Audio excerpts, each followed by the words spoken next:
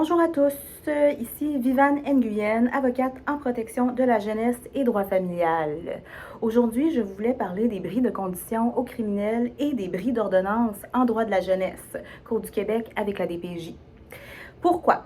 Parce que je viens d'avoir la chance de discuter avec un collègue de bureau qui pratique en droit criminel. C'est un criminaliste à la défense des accusés.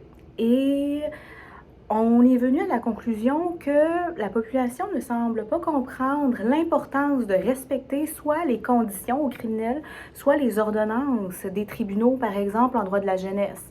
Par exemple, en jeunesse, ne pas mettre l'enfant en contact avec l'autre parent. Par exemple, en criminel, ne pas se retrouver dans un rayon de X kilomètres, ne pas contacter l'autre personne. Les gens que l'on rencontre dans notre pratique semblent minimiser l'importance de respecter ce que la justice leur demande. Et les conséquences sont très, très graves.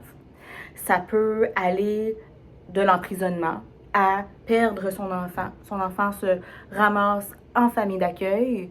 Ce ne sont pas des menaces, ce sont des vraies situations qui arrivent dans nos dossiers à nous. Et nous, on veut vous éviter la prison.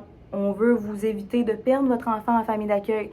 Donc, c'est bien important de sensibiliser la population d'abord et avant tout, de toujours respecter les règles. Que tu aies des conditions criminelles ou une ordonnance d'un juge qui te dit de ne pas faire quelque chose. Alors, j'espère que le message est passé. Puis, passez-vous le mot. C'est bien important. On travaille en prévention avant que le pire arrive.